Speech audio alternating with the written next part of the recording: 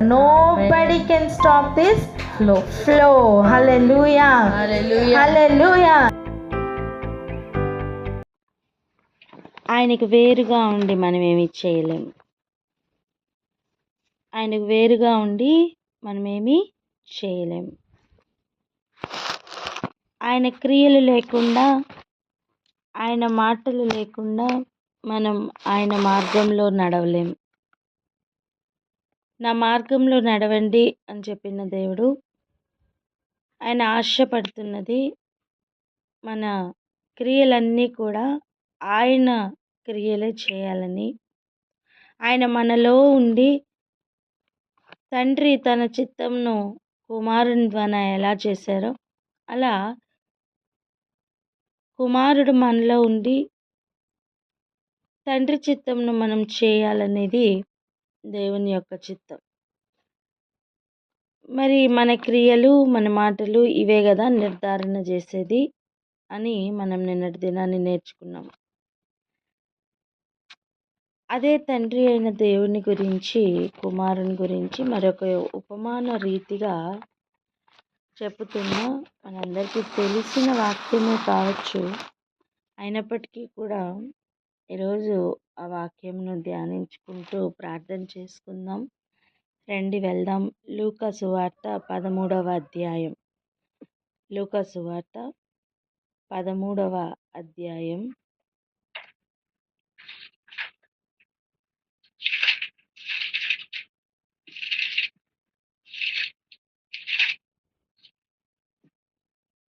5 నుండి చదువుదాం.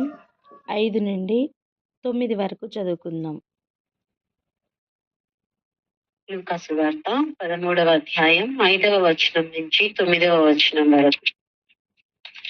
మీరు మారు మనస్సు పొందని ఎడల మీరందరూ అలాగే నశింతురు. మరియు ఆయన వారితో ఈ ఉపమానము చెప్పెను. ఒక మనుషుని ద్రాక్ష తోటలో అంజూరపు చెట్టు ఒకటి నాటబడి ఉండెను. అతడు దాని పండ్లు వెదక వచ్చినప్పుడు ఏమీ దొరకలేదు. కనుక అతడు, ఇదిగో 3 ఏండ్ల నుండి నేను ఈ అంజూరపు చెట్టున పండ్లు వెదకవచ్చుచున్నాను, కానీ ఏమీ దొరకలేదు. దీనిని నరికి వేయుము. దీని వలన ఈ భూమియు ఏల వ్యర్థమైపోవలెనని ద్రాక్ష తోట మాలితో చెప్పెను. అయితే వాడు, అయ్యా, నేను దాని చుట్టూ త్రవ్వి ఎరువు వేయు మట్టుకు ఈ సంవత్సరము కూడా ఉండనిమ్ము. అది ఫలించిన సరి, లేని ఎడల నరికించి వేయుమని అతనితో చెప్పెను. స్తోత్రం. ఒక్కొక్క సంవత్సరం దేవుడు ఇస్తూ ఉన్నప్పుడు ఆయన ఆశపడుతున్నది ఫలం. చెప్పండి, ఆయన ఏం ఆశపడుతున్నారు? ఫలం ఆశపడుతున్నారు. అయ్యా, నేను దాని చుట్టూ త్రవ్వుతానయ్యా, ఎరువు వేస్తాను, ఎరువు వేయడానికి ఈ సంవత్సరం ఇవ్వు, ఎరువు వేయమట్టుకు ఈ సంవత్సరము కూడా ఉండనిమ్ము. నేను అంటాను, ఒక్కొక్క సంవత్సరం ఎందుకు మన జీవితాల్లో పొడిగింపబడుతుంది అంటే ఎరువు వేయడానికి. చెప్పండి, ఎరువు వేయడానికి. హల్లెలూయా. ఎవరు ఎరువు వేద్దాం అనుకుంటున్నారు? యేసు ప్రభు. ఎవరు నరికి వేద్దాం అంటున్నారు? తండ్రి అయిన దేవుడు. అంటే ఫలం ఇక్కడ రావట్లేదు కనుక వారు ఆల్రెడీ ఎలా చూస్తున్నారట? 3 ఏండ్ల నుండి నేను ఈ అంజూరపు చెట్టున పండ్లు వెతుకుచున్నాను, పక్వము నాకు రావట్లేదు. సారం తీసుకుని ఈ అంజూరపు చెట్టు ఫలించట్లేదు. 3 సంవత్సరాల నుంచి నేను ఫలం వెతుకుతున్నాను, కానీ దొరకట్లేదు. దీనిని నరికి వేద్దాం అని చెప్తున్నప్పుడు ఆ వేడుకుంటున్న రీతి ఒకసారి చూడండి. ఏంటండి ఎరువు? ఏంటి ఎరువు ఏంటి? ఆ? మీరు నాలో, నేను మీలో ఉండాలి. నాకు వేరుగా ఉండి మీరేమీ చేయలేరు అని చెబుతూ బుద్ధి చెప్తున్న యేసయ్య ఏమి వేస్తున్నారు? ప్రతిదినం పొడిగింపబడుతున్న ప్రతి సంవత్సరంలో ప్రతి దినం కీలకమే. ప్రతి దినం ఆయన ఏమి వేస్తున్నారు? ఎరువు వేస్తున్నారు. చెప్దామా ఏమి వేస్తున్నారు? ఎరువులు వేస్తున్నారు. ఈ ఎరువును బట్టైనా ఫలం ఫలిస్తామని ఎదురు చూస్తున్నారు. ఇక్కడ ఆగి ప్రార్థన చేద్దాం. అయ్యా, ఒక్కొక్క సంవత్సరం నా జీవితంలో మీరు ఇస్తున్నది మీరు ఆశిస్తున్న ఫలం ఫలించుటకే కదా అయ్యా. మీరు ఇస్తున్న ఎరువును నేను వేర్లలో నుండి తీసుకొని, హల్లెలూయా, మీరు ఆశిస్తున్న ఫలమును నేను ఫలిస్తాను ప్రభా అని ప్రార్థన చేద్దామా? ప్రార్థన అందుకోండి. ప్రభువానికి స్తోత్రం తండ్రి, ప్రభువానికి స్తోత్రము రాజా. అయ్యా, మీరు నాటి మీరు ఫలము ఎదురు చూస్తూ ఇకను ఫలించటం లేదని ఎరువు వేయుటకు తండ్రి యొద్ద నుంచి ఇకను సమయం అడుగుతున్నారు. నీకే స్తోత్రము తండ్రి, మీ ప్రేమకై, మీ దీర్ఘశాంతమునకై స్తోత్రం. ఇకను విడిచిపెట్టక ఫలించాలని ఇకను ఎరువు వేయుటకే సమయమును వేడుకుంటున్న దైవమా నీకు స్తోత్రం తండ్రి. అయ్యా, ఇక ముందున్నటువంటి సమయమును వృధా చేయక మీరు కోరిన ఫలము ఫలించుటకు తండ్రి, ఇది ఫలిస్తుంది అని గుర్తించినట్లుగా ఫలించుటకు మీరే కృప చూపమని ప్రార్థిస్తున్నాము తండ్రి. అయ్యా, ఇప్పుడును ఇకను తండ్రి వెనుక వచ్చినప్పుడు ఏమీ దొరకని స్థితి ఉంటే ప్రభువా, మరలా సంవత్సర కాలమునకు నరికించి వేయమని మీ మాటే ఉండగా తండ్రి. అయ్యా, ఇదిగో ప్రభువా నాయన, మీరు అడుగుతున్న సమయమును ఎక్కడ నిర్లక్ష్యము చేయక ఆ కృపా కాలమును సరిగ్గా వినియోగించుకుంటూ తండ్రి కోరిన ఫలములు ఫలించుటకు సహాయం దయచేయండి. ఆ ఎరువుకు సిద్ధపడుటకు సహాయం దయచేయండి. మా వలన భూమి వ్యర్థమైపోతుందన్న స్థితి ఉండకుండా ప్రభువా ఫలించు కృపను ఇమ్మని యేసు నామములో ప్రార్థించి పొందుకొని ఉన్నాము తండ్రి. ఆమేన్. ఆమేన్. ఈ ఎరువు వేయడానికి ఆయన మెన్షన్ చేస్తున్న ఒక మాటను జాగ్రత్తగా చూడండి. దాని చుట్టూ త్రవ్వి. చెప్దాం ఆ మాట. దాని చుట్టూ త్రవ్వి. దాని చుట్టూ ఏమి త్రవ్వుతారండి? ఏమి తవ్వుతారు?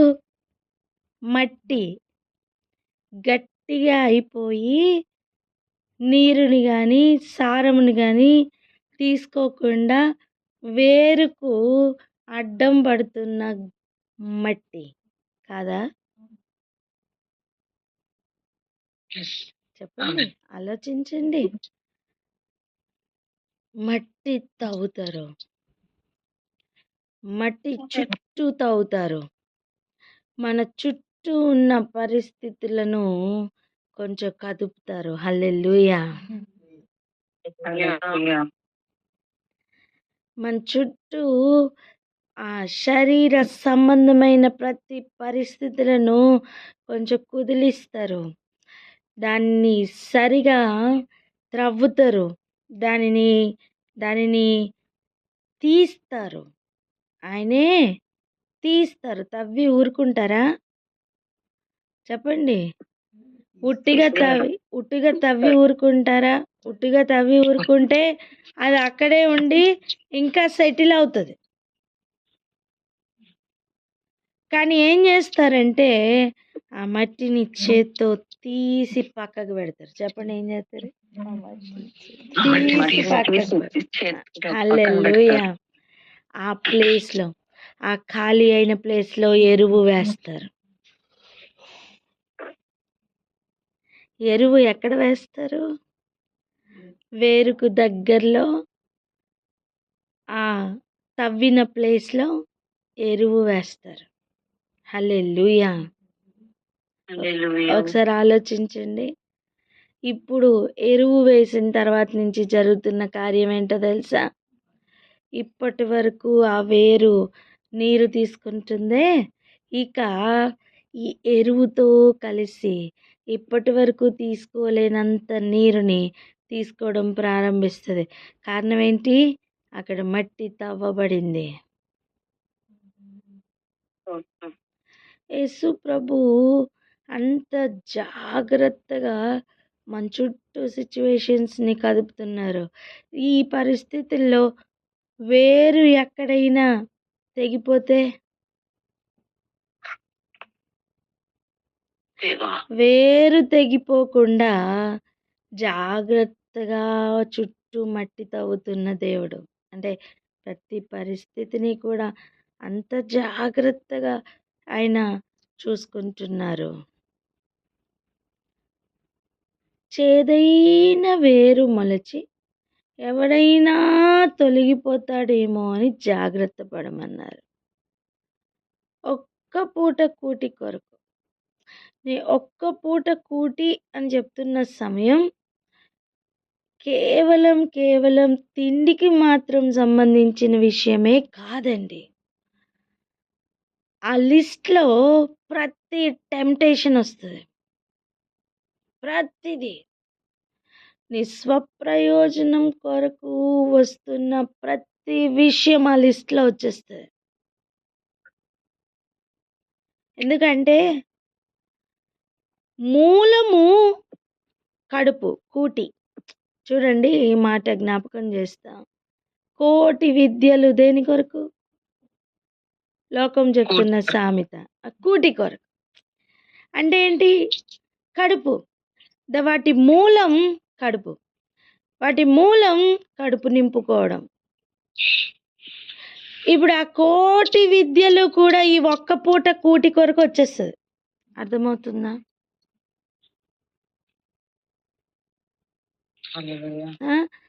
ఒక్క పూట కూటి కొరకు అని చెప్తున్నప్పుడు ఈ మొత్తం లిస్ట్ అంతా వచ్చి నిలబడతాయండి. దాంతో మీకు అర్థమవుతుందా?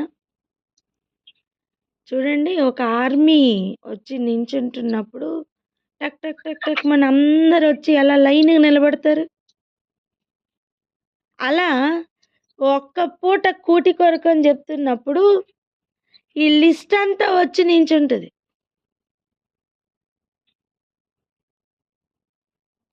పోరాడడానికి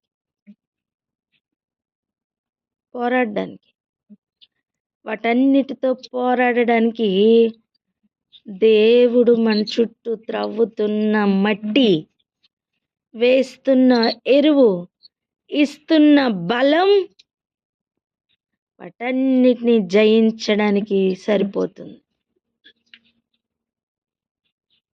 ఎంతమందికి అర్థమవుతుంది? అర్థమవుతుంది. నీ ఆశల్ని బట్టి, నీ చిత్తమును బట్టి కదిలిన కాలం ఇక చాలు. ద్రాక్ష తోటే అయ్యుండొచ్చు, అంజూరపు చెట్టు, ఆ అంజూరపు చెట్టుకు ఫలములు వెతుకుతున్న దేవుడు.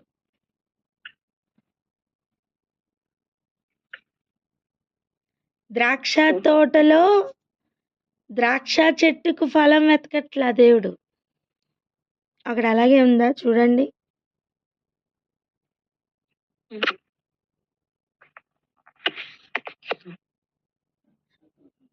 ద్రాక్ష తోటలో అంజూరపు చెట్టు ఒకటి.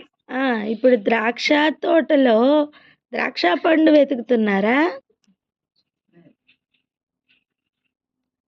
చెప్పండి. ద్రాక్ష తోటలో ద్రాక్ష చెట్టుకి ఇచ్చే ట్రీట్మెంట్ వేరు, ద్రాక్ష తోటలో ఉన్న అంజూరపు చెట్టుకి ఇస్తున్న ట్రీట్మెంట్ వేరు.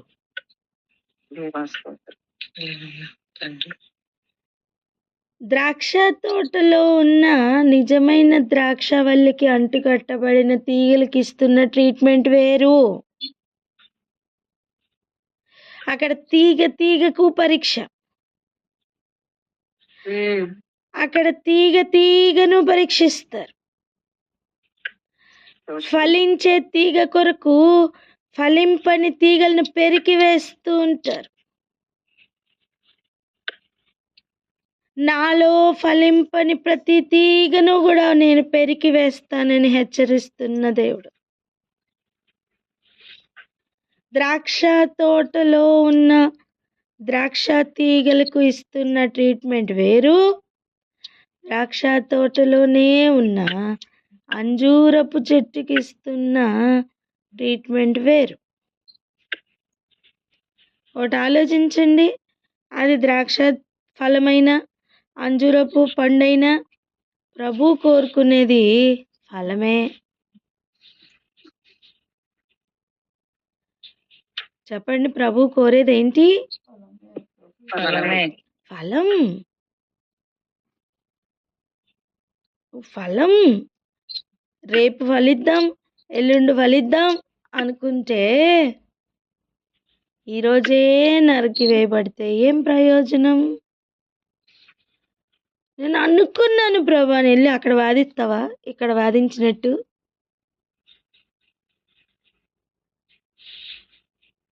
సమయం ఉండదు.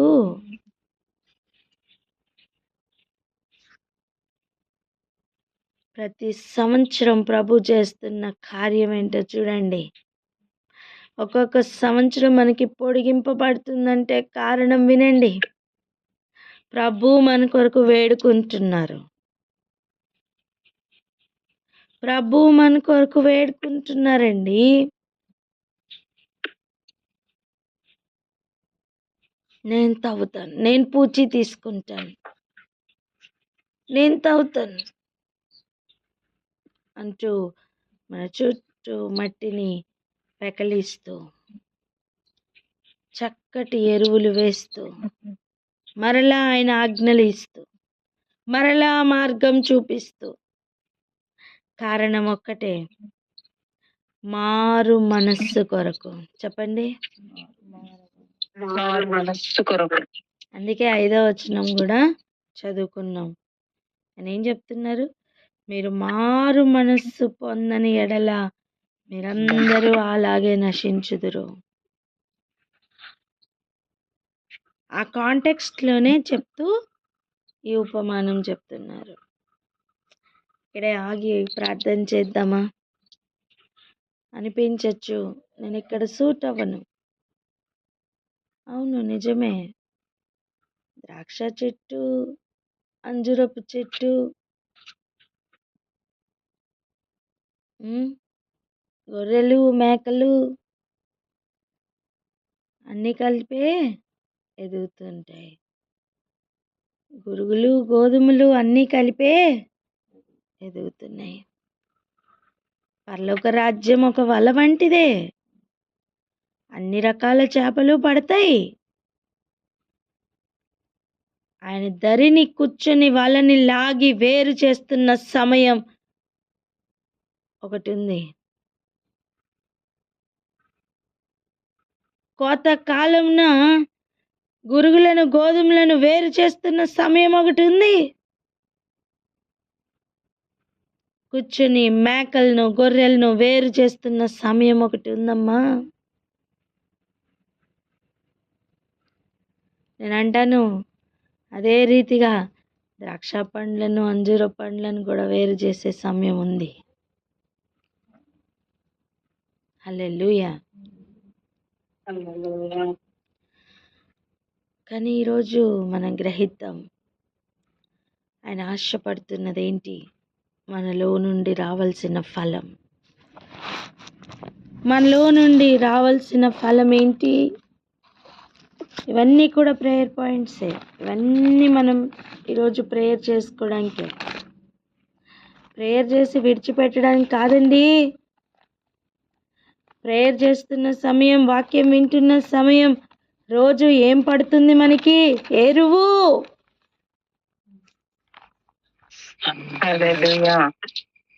ప్రతిరోజు మన వేరు దగ్గర ఏం పడుతుంది? ఎరువు పడుతుందమ్మా. ఎరువును నిర్లక్ష్యంగా చూడొద్దు. ఓ మాట చెప్పున, ఎరువు వేసిన తర్వాత ఎరువు డైరెక్ట్గా ఏమీ వేరులోకి వెళ్ళిపోదు. అక్కడ నీరు పోస్తే ఆ నీరుతో కలిపి సారంగా ఆ వేరు జుర్రుకుంటుంది. ఎగ్జాక్ట్గా ప్రార్థన చేస్తున్న సమయం వేసిన ఎరువు కూడా వేరు లోపలికి జుర్రుకోవడం జరుగుతుంది. హల్లెలూయా. హల్లెలూయా.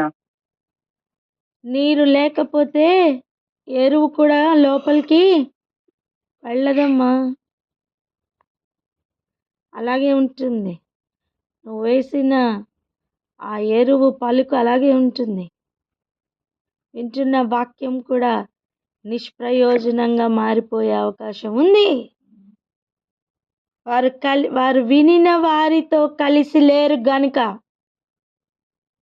వారికి విన్న వాక్యం నిష్ప్రయోజనమైందట.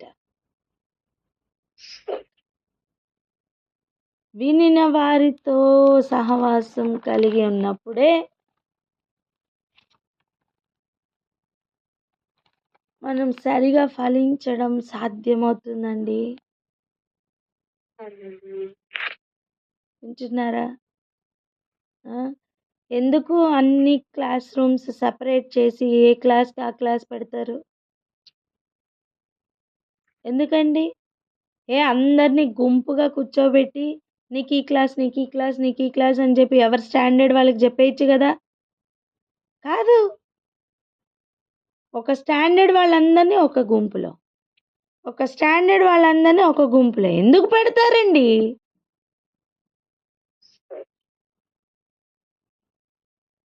హల్లెలూయా.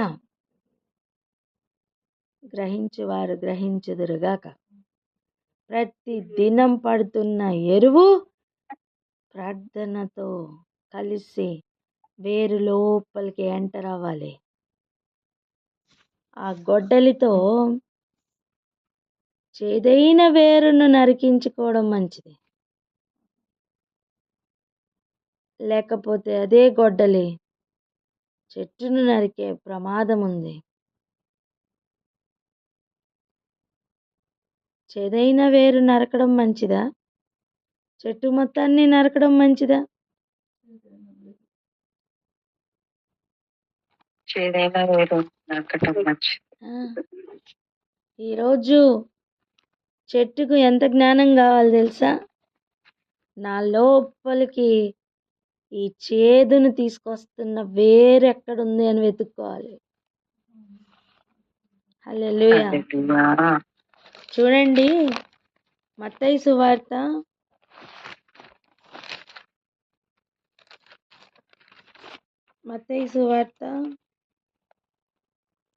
5వ అధ్యాయం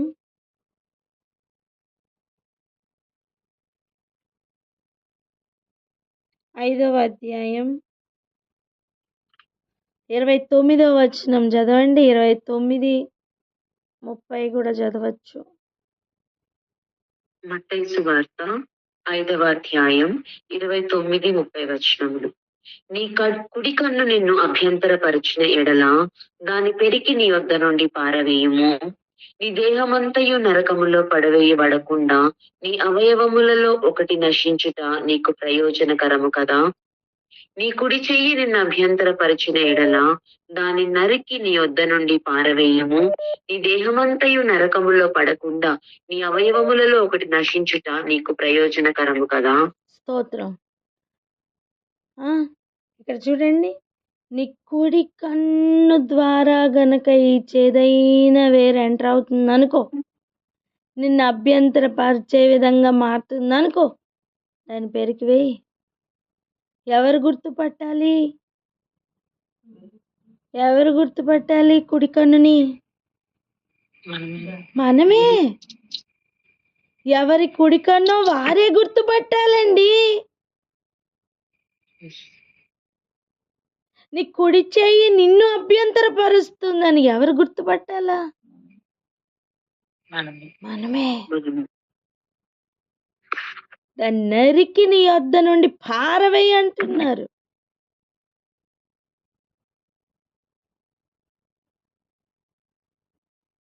ఆలోచన చేద్దాం. ఈ చేదు ఎక్కడి నుంచి ఎంటర్ అవుతుందో అది ఆ వేరు మొత్తం, ఆ అవయవం కూడా పెయికి పరికి పారవేయమంటున్నారు. కారణం ఏంటి? నీ దేహమంతయు నరకంలో పడకుండా నీ అవయవాల్లో ఒక్కటి నశించిపోయినా పర్వాలేదు కదా, ప్రయోజనకరమే కదా అంటున్నారండి.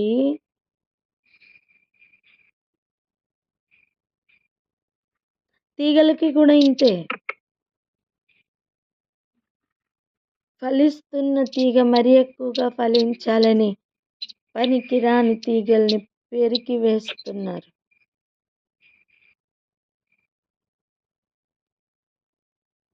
కనుక ఈరోజు ఆలోచన చేద్దాం. ఎరువులు తీసుకోకుండా ఏ వేరు పనిచేస్తుందో దానిని పెరికి పారవేసుకుందాం. ఎరువును తీసుకోకుండా ఏ అభ్యంతరం ఆపుతుందో. ఎరువు ఎందుకు వేయబడుతుంది? ఫలించాలని, ప్రభు ఆశిస్తున్న ఫలం ఫలించాలని. మనం ఫలించామనుకుంటే కాదు, ఆయన ఆశిస్తున్న ఫలం ఫలించాలి. అందుకే ఆయన ఆశిస్తున్న ఫలం ఏంటి? ఆయన ఆశిస్తున్న ఫలం ఏంటి? మనం ఏం ఫలించాలని ఆయన ఆశపడుతున్నారు? గడిచిన 2 దినాలుగా మనం చూసుకుంటున్నాం కదా. ఏం ఫలం? నీతి అను పరిశుద్ధత. నీతి అను